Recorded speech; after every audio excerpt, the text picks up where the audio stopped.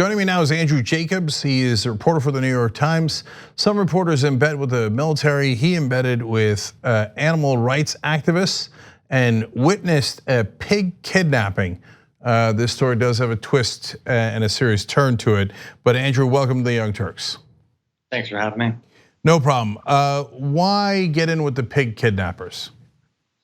Well, we're doing a series of stories at the Times about antibiotic resistance and the role that livestock play in that problem. So we really wanted to see what is happening on farms. And in the US, it's almost impossible to get onto a farm, a livestock farm. There is a very intense secrecy regulations that don't allow even federal agriculture inspectors onto these farms. So this was an opportunity for us to kind of have an inside look at a farm, albeit through an unorthodox method. So Andrew, I want to get to the farm and kidnapping of Lori and all of those fascinating parts of the story. But first, antibiotics. So is there a danger that we're overusing antibiotics? How are you guys, what have you learned in your coverage of it so far? Well, absolutely. Right now, thousands of people in this country are dying a year because antibiotics that have worked for a century are no longer working. They've been overused by people, by farmers, and also agriculture. So it's a huge problem, and there's expected, if we don't come up with new antibiotics, which is not happening at the moment, millions of people are going to be dying in the next few decades from very simple common infections that right now we've been able to treat with antibiotics. So this is a huge looming problem, and most people aren't focused on. So we are trying to bring a little attention to this problem. All right, that makes sense. And then you said that it's very hard to get information about farms. Our audience is incredibly well educated. That's a fact. We looked at the demos, but nonetheless, not everybody out there might know about the Ag-gag laws. So, and they are shocking for people who don't know about them. What are they? So, in about a half dozen states, it's actually a crime to be a whistleblower for media or a farm worker to go out and expose abuses, animal abuses on farms is criminalized. And although these laws are being sort of challenged in court and overturned, that's one sort of challenge. The other is the power of the pork industry, and they have such great influence on the US government that the Department of Agriculture has no idea what is happening on farms in terms of antibiotic use. There is no data being collected from farms. We don't know anything about resistance. All we do is one figure that comes every year about how many antibiotics are sold to US farms for raising livestock. So the secrecy surrounding this industry is a really big problem. And as more and more people get sick from these resistant infections, a lot of scientists say there should be more access. We should be able to study these resistant bacteria that are flourishing on these factory farms, because frankly, the way many animals are raised, especially pigs and chickens and lesser extent cows, is they're packed in these sheds. And they don't go outside. And when one gets sick, they spreads like wildfire. And so you have in order to keep these animals healthy, farms liberally give out antibiotics to prevent them from getting sick.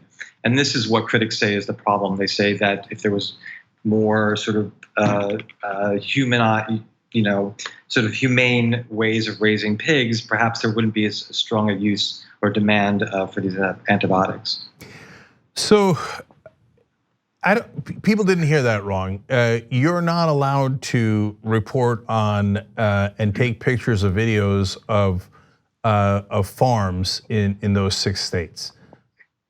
That's the Correct. most unconstitutional thing I have ever heard.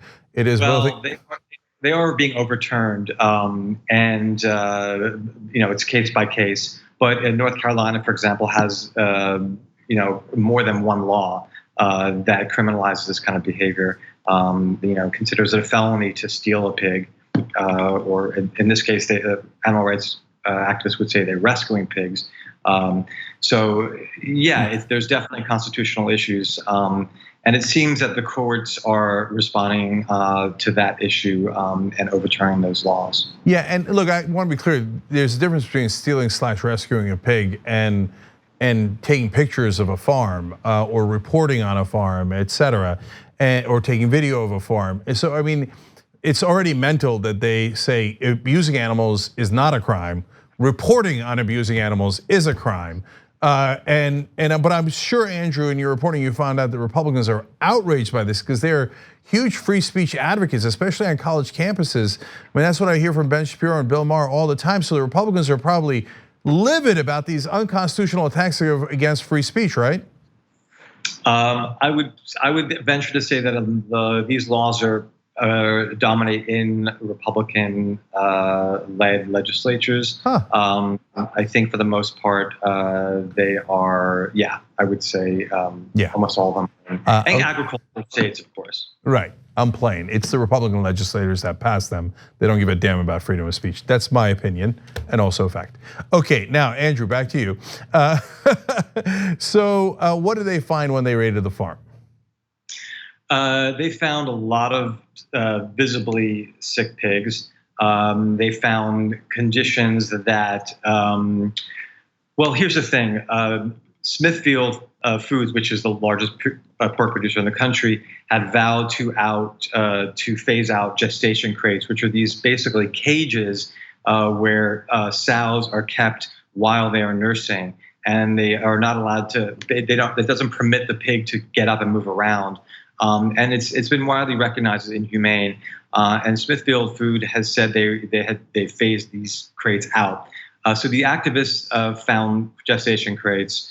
They found a lot of antibiotics. They found rooms and refrigerators full of antibiotics, many of them human-grade antibiotics. And they found a lot of sick pigs, including piglets, piglets with telltale signs of greasy pig, which is a staph infection that pigs get on their skin, and it can lead to open wounds. And often those pigs will be killed eventually once it's seen that they have these telltale signs of this disease. So they saw a lot of that. They saw sick and dying piglets, and they made a decision to basically take one of these pigs that had this skin infection and bring it out and bring it to a vet and see exactly what was going on. So, in order to find out if they were actually following the regulations on antibiotic use and the recommendations on it, you would have to do spot checks every once in a while, right? So are spot checks allowed on these farms, or are they just like these black holes where no one is ever allowed to go, basically? They are essentially black holes. There was an outbreak in Washington State a few years ago of E. coli that was very deadly, and Washington State wanted to go onto the farms and try to trace which farms they came from and try to understand how this pathogen became so drug resistant. They were not allowed, and hundreds of people got sick from that outbreak. So it's very frustrating for researchers who are trying to understand sort of the epidemiology of these bugs and how they're mutating in the face of all these antibiotics and making people sick.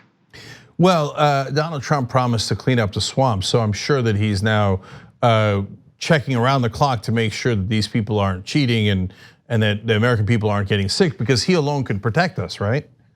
Yeah, absolutely. Okay, of course not. Every one of these regulations has been loosened if they existed in the first place, and even the regulation on polluting through these pig farms into the air and the water has also been loosened. So if there is sickness there, congratulations, it's in your local air and water as well. So now, finally, Andrew, I want to find out what happened to the activists and to the piglet. So let's start with the activists. You named some of their names, so what wound up happening to them? Well, so Smithfield Foods didn't actually find out about this raid until afterward, and only when I notified them and asked them for comment. And this piece came out about maybe 2 weeks ago, and that was the first time they had details about this sort of operation. So up to now, I don't know what's been going on, but in the past, Smithfield Food has moved to prosecute people involved in these sort of incursions. And two of the activists who were involved in a previous raid in Utah are facing felony charges. They're on trial right now, and they're facing serious jail time. So I think it's safe to say that Smithfield will try to prosecute. They believe that it's important to sort of teach a lesson and send a message that this kind of behavior is not acceptable. So I have not heard anything yet, but I think the activists involved are a bit worried that something is going to happen. As for the pig, a little happier ending. They named that pig Lori because it's from Laurinburg, North Carolina. That's where the pig was raised, and they brought that pig to a animal sanctuary somewhere in the South. They're not saying where, because in previous case, the FBI got involved, and the FBI agents actually went to an animal sanctuary and took basically cut off ear samples from pigs there to try to determine which of the pigs that were stolen or rescued, depending on your point of view. So I think there is some real concern that if they revealed where Lori is living, that law enforcement authorities might try to come and snatch her away. Yeah, well, that's nice and gratuitous. Try to imprison anyone trying to protect not only the animals, but actually more important, well, depending on your point of view, but in my point of view, more importantly, the humans, because of the spread of disease that they're basically hiding, must be punished. And if, but the gratuitously finding the pig and killing it, well, that's just special. So real humanitarians these folks are.